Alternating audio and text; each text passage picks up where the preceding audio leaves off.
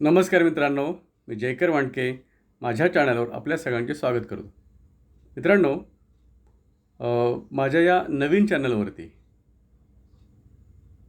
मी आज इयत्ता 10वीचं जे युनिट नंबर 1 आहे, त्यातली पहिली कविता अ टीनएजर्स प्रेयर ही आपल्यासमोर सादर करणार आहे. पेज नंबर 3 वरती अ टीनएजर्स प्रेयर नावाची कविता आहे, जे मूर्स यांनी लिहिलेली आहे.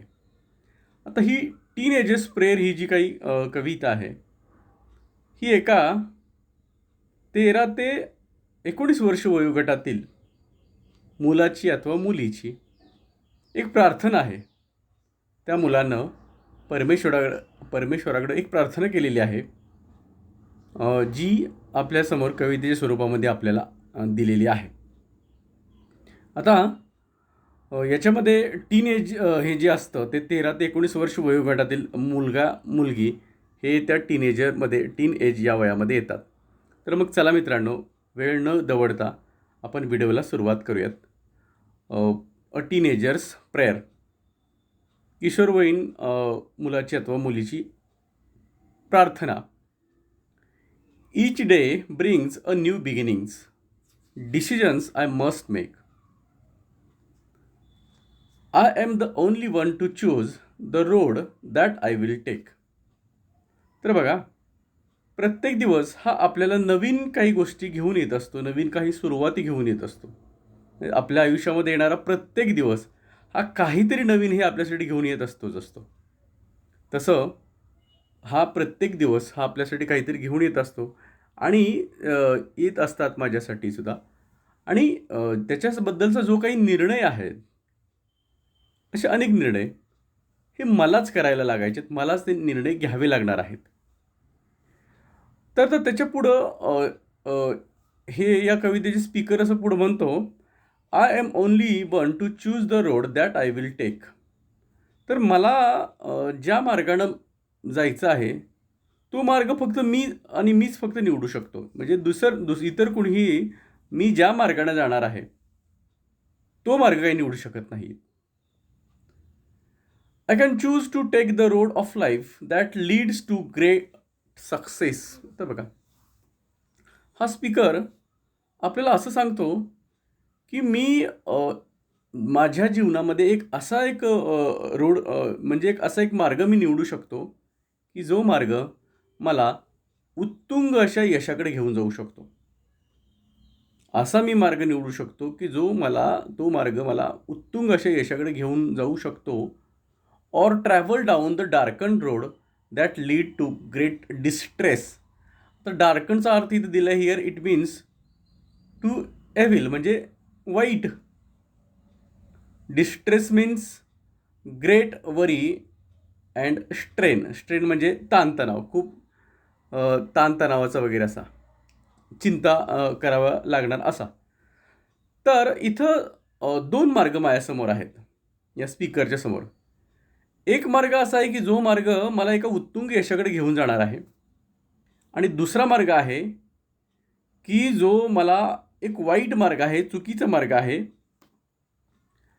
आणि त्या चुकीच्या मार्गाने मी जर का गेलो तर मला अत्यंत मनस्तापाला सामोरं जावं लागणार आहे, मला खूप त्रास सहन करावा लागणार आहे. तर असे हे 2 मार्ग आहेत. म्हणजे वरच्या परिच्छेदामध्ये जे या स्पीकरनी सांगितलं की मला निर्णय करायचा तो याबद्दलचा निर्णय करायचा आहे. म्हणजे मला चांगल्या मार्गाने जायचं आहे की जो चांगल्या मार्गाने मी जर का गेलो तर मला उत्तुंग असं यश मिळेल, आणि जर मी वाईट मार्गाने गेलो तर माझ्या जीवनामध्ये मला प्रचंड मनस्ताप असा सहन करावा लागेल, खूप तणाव मला सहन करावा लागेल. या ताणतणावाला मला सामोरं जावं लागेल, आणि म्हणून मग या दोन्हीपैकी एक जो मार्ग आहे तो मला निवडायचा आहे. तिसरा परिच्छेद बघूयात, तिसरा स्टांजा बघूयात. Please open up my eyes dear lord that I might clearly see. आता यापुढं हा स्पीकर परमेश्वरावर अशी प्रार्थना करतोय की हे परमेश्वरा, माझे डोळे उघडे ठेव, जेणेकरून मी जेही काही माझ्यासमोर चाललेलं आहे ते अगदी सुस्पष्टपणे, अगदी स्पष्टपणे मी काय करू शकतो तर बघू शकतो. तर हे परमेश्वरा, माझे डोळे तुम्ही काय कर तर उघडे ठेवा. Help me stand for what is right, bring out the best in me. आता बघा, यापुढे ते असं म्हणतात की जी चांगली गोष्ट आहे, जे राईट आहे, जे योग्य आहे, त्या योग्य असलेल्या व्यक्ती किंवा विचारांसोबतच मला उभं राहण्याची मला एक काय करा तर मला तशी बुद्धी मला द्या. म्हणजे बघा, बऱ्याचदा एक उदाहरण सांगतो. 2 मित्र आहेत, अत्यंत जवळचे मित्र आहेत. एक मित्र काय करतोय, तर काहीतरी चुकीचं वागतो. वर्गामध्ये कोणाचं तरी वही, पुस्तक किंवा वर्गातले काही चार्ट्स फाडून टाकतोय समजा. मग या दुसऱ्या मित्राला माहिती आहे की हे सगळं काम आपल्या मित्रानं केलेलं आहे. मग ज्यावेळेला शिक्षक विचारतात की बाबा रे हे कुणी फाडलं किंवा कुणी हे हे काम चुकीचं काम केलं, तर हा जो मित्र आहे त्याच्यापुढे प्रश्न असतो की जर आपण याचं नाव सांगितलं तर हा आपल्याशी इथून पुढं तो बोलणार नाही किंवा आपली मैत्री तुटली जाईल. आणि दुसरं एक असं आहे की समजा आपण जर का नाही सांगितलं तर याला अशीच वाईट करण्याची सवय लागेल आणि हा असाच चुकीच्या मार्गाने जाईल. तर याला ताबडतोब इथल्या इथं जर का थांबवायचं असेल तर मग याच्याबद्दलची तक्रार आपण शिक्षकांकडे केली पाहिजे. आता खरं तर यातला जो दुसरा जो काही मार्ग आहे की नाही, तो खरा योग्य मार्ग आहे. कारण का, तर चुकीच्या व्यक्तींचं समर्थन आपण जर का करत राहिलो तर ती व्यक्ती पुढे जाऊन भविष्यात खूप मोठ्या चुका करू शकते. या स्टांजामध्ये जे उदाहरण आहे, म्हणजे याला जे अनुसरून सांगायचं ते हे सांगायचं आहे की मला जेही काही माझे डोळे सतत उघडे ठेव परमेश्वरा, आणि जे योग्य आहे की नाही ते योग्य असेल त्या योग्य त्याच बाजू मला घेण्याची मला काय करा तर मला बुद्धी द्या. मला चांगलं आणि वाईट काय अगदी सुस्पष्टपणे मला कळू द्यात. आणि अशा वेळेला माझ्यातनं एक उत्तम निर्णय बाहेर पडावा. मी जो निर्णय घेईन तो उत्तम असावा. अशा प्रकारची प्रार्थना हा स्पीकर परमेश्वराकडे करतो. म्हणजे बघा, ज्याही वेळेला काही म्हणजे मी आत्ता जो उदाहरण सांगितलं त्याच्यामधला जो दुसरा जो मार्ग होता तो खरा तर योग्य होता. म्हणजे सत्सद विवेक बुद्धीला माणसाने विचारावं की बाबा रे मी याची खरोखरच बाजू घ्यावी की न घ्यावी, म्हणजे चुकीच्याची बाजू घ्यावी की न घ्यावी. तर अशा वेळेला परमेश्वरा तू माझ्यातनं एक चांगलीच निर्णय किंवा चांगले विचार किंवा चांगली बुद्धी मला तू दे, अशा प्रकारची विनंती हे स्पीकर करतायत. आता पुढचा बघूयात. Help lord me to just say no when temptation comes my way. टेम्पटेशनचा अर्थ इथं दिला आहे a strong wish to do something bad or wrong. म्हणजे काहीतरी चुकीचं किंवा वाईट करण्याची एक अत्यंत तीव्र अशी इच्छा. तर यापुढं या कवितेचे स्पीकर असं म्हणतायत की हे परमेश्वरा, ज्या वेळेला टेम्पटेशन येईल, म्हणजे मला एखाद्या गोष्टीची भुरळ पडेल, एखाद्या गोष्टीचा मोह, काहीतरी वाईट करण्याचं, काहीतरी चुकीचं करण्याचं मोह ज्या वेळेला माझ्यामध्ये येईल त्यावेळेला help lord to just say no. तर हे परमेश्वरा मला असं मदत करा की माझ्याकडनं नाही म्हणता यायला हवं. म्हणजे बघा मित्रांनो, योग्य वेळेला जर का एखाद्या व्यक्तीनं नकार दिला तर भविष्यकाळात होणाऱ्या अनेक अनर्थ टाळले जाऊ शकतात. म्हणून माणसाला नकार देता यायला पाहिजे. आणि दुसरी गोष्ट म्हणजे मिळालेला नकार हा पचवता यायला पाहिजे, सहन पण करता यायला पाहिजे. म्हणजे बघा, तर या वयातले म्हणजे किशोर वयातल्या मुलांच्या बाबतीत त्यांना चांगलं वाईट या गोष्टी थोड्याशा वयामुळं किंवा समाजातला अनुभव म्हणा या गोष्टीमुळे यावेळी थोडंसं त्यांना समजायला उशीर लागतो. मग अशा वेळेला ज्यावेळेला मोह येतो मनामध्ये कुठल्या तरी एखाद्या गोष्टीचा किंवा एखादी भुरळ पडते आपल्या मनामध्ये एखादं काहीतरी चुकीचं करण्याचं, तर त्यावेळेला मग मात्र माझ्याकडं मला नकार देण्याचं, त्या चुकीचं करण्याच्या गोष्टीला नकार देण्याचं सामर्थ्य माझ्याकडे यावं, अशा प्रकारचे मागणं हेच जे स्पीकर आहेत ते कवी जे आहेत ते परमेश्वराकडे करतात. That I might keep my body clean and fit for life each day. आता ज्यावेळेला मी वाईट काहीतरी करण्यासाठी मी ज्यावेळेला नकार देईन त्याच वेळेला माझं जे शरीर आहे हे माझ्या भविष्यासाठी फिट अँड फाईन राहणार आहे. म्हणजे काय, तर माझा एखादा मित्र, म्हणजे धरून चला की मी या किशोरवयीन मुलांपैकी एक आहे आणि माझा एखादा असं मित्र असं म्हणतो की काही नाही बाबा, चल आपण एखादं चुकीचं वाईट काहीतरी व्यसन, थोडक्यात मी सांगतो व्यसन करूया, असं एखादा मित्र म्हणतो. तर अशा वेळेला जर का मी त्याला ठामपणे जर का मी नाही म्हटलं, नाही रे बाबा, व्यसनानं माझ्या शरीरावरती दुष्परिणाम होणार आहेत, हे असं मी ज्यावेळेला ठामपणे ज्यावेळेला मी त्याला सांगतो आणि नकार देतो, जर मी दिला तरच भविष्यकाळासाठी मी माझं शरीर हे फिट अँड फाईन मी ठेवू शकतो, असं यांना इथं सांगायचं आहे. यातला शेवटचा स्टांजा बघा. When my teen age years are over, I know that I will see the life is lived is very best with you walking next to मी.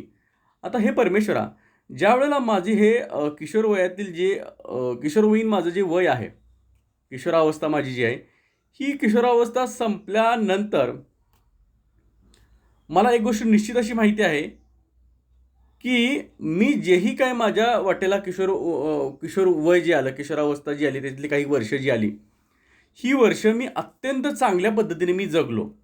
खूप चांगल्या पद्धतीने. म्हणजे मी अजिबात मी भरकटलो नाही, मी चुकीच्या मार्गाला लागलो नाही, मी वाईट संगतीला गेलो नाही, मी वाईट गोष्टी केल्या नाहीत. कितीही माझ्यासमोर मोह आला असेल, भुरळ पडली असेल मला एखाद्या गोष्टी करण्याची, तरीसुद्धा मी ते केलं नाही. कारण का? तर मला माहीत होतं की with you walking next to me, तू माझ्यासोबत होतास.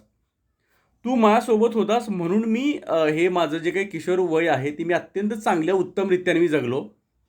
का? तर तू माझ्यासोबत होतास. इथे एक जाता जाता सांगतो मित्रांनो, कसं असतं, जो माणूस परमेश्वराला घाबरतो, तो माणूस वाईट करायला घाबरत असतो. म्हणजे मंदिरामध्ये जाऊन सरसकट सगळीच माणसं चप्पल चोरण्याच्या प्रकारात पडत नाही आहेत. चप्पल ते चोरतात की ज्यांना परमेश्वराची भीती वाटत नाही, की तिथं असणारी जी मूर्ती आहे त्याची भीती वाटत नाही, किंवा ज्या उपासना प्रार्थना स्थळात ते जातात तिथं ज्याही कुठल्याही